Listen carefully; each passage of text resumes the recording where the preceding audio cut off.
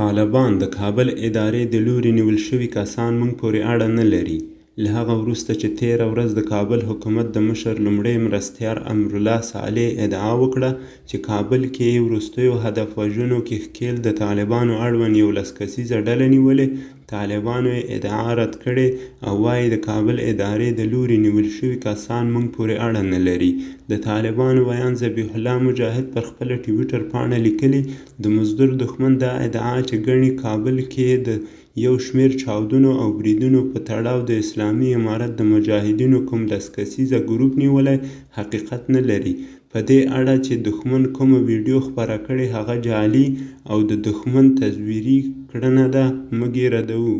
باید وویل شي چې د کابل حکومت د ملي امنیت ادارې د نیول شویو کسانو یو ویډیو هم خپره کړې وه او ادعا یې کړې وه چې نیول شوي کسان د خبریال یما سیاوش په وژنه کې هم لاس لري. خو د یما سیاوش پلار وایي چې د سیاوش د وژل کېدو د قضیې په اړه د کابل حکومت د چارواکو ضد او نقیض څرګندونو ته په پام باور نه کوي چې قاتلان به یې نیول شوي وي.